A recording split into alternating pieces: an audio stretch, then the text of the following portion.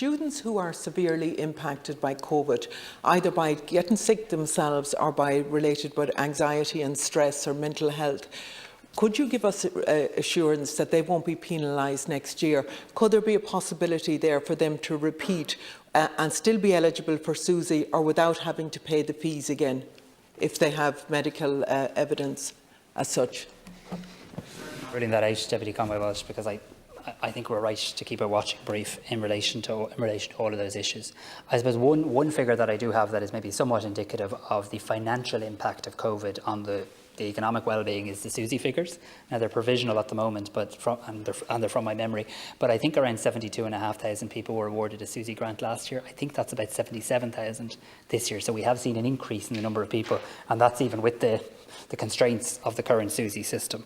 I would make this point, though, for any vulnerable student, and what's vulnerable, any of us can be vulnerable, but any student feeling vulnerable, feeling anxious, please do contact your university. This is not March, right? So in March, they were closed. The doors were closed.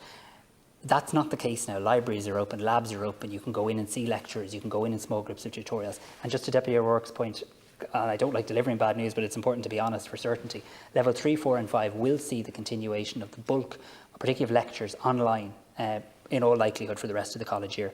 I'd be highly optimistic based on I think our shared hopes of the vaccination programme for the next academic year, but we're obviously keeping this under review on an almost weekly basis.